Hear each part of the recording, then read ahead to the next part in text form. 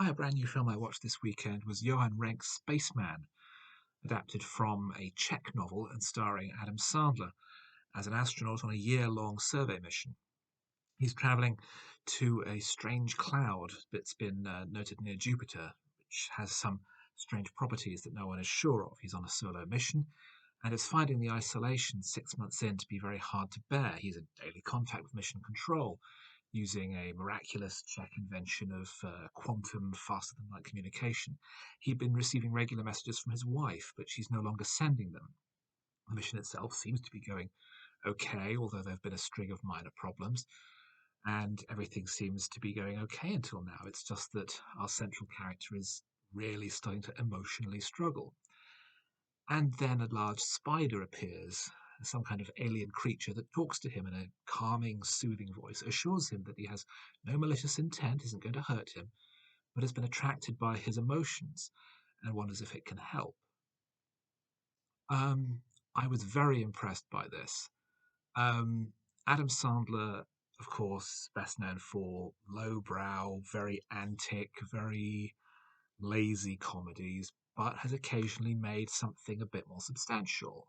Punch Drunk Love is a favourite, I think, for many people. That's realigned his comic persona into a more realistic context.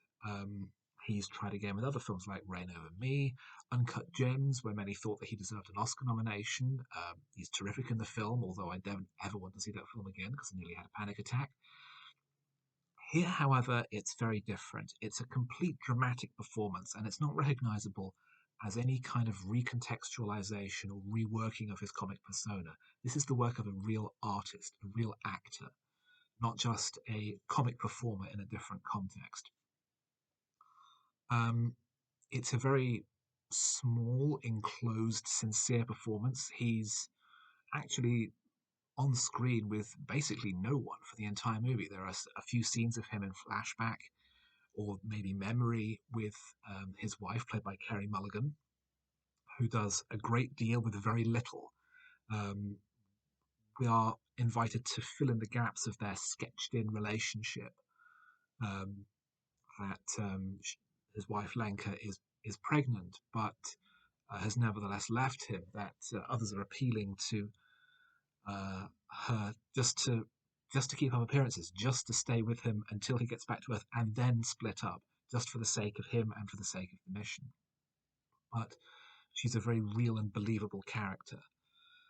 The heart of the film is really Jakob's relationship with the spider alien, whom he christens Hanos, and is voiced by Paul Dano. Hanos is naturally repulsive at first sight. This 5 foot across spider that speaks in a human voice through a human looking mouth. But he becomes almost a therapist, a confidant. He tries to help Jakob through the isolation and the pathology of his situation. Has he always been like this? Has he always pushed people away?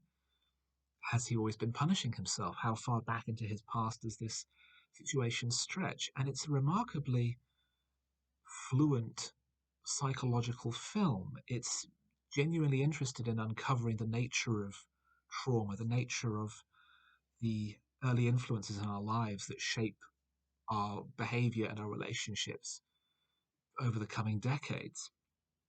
Um, it's heavily implied that Hanos is really just a figment of Jakob's imagination and a way for him to process his behavior in this situation. But it's so sincerely done, and Hanos is such an engaging and unusual character that it's really surprisingly emotional to watch.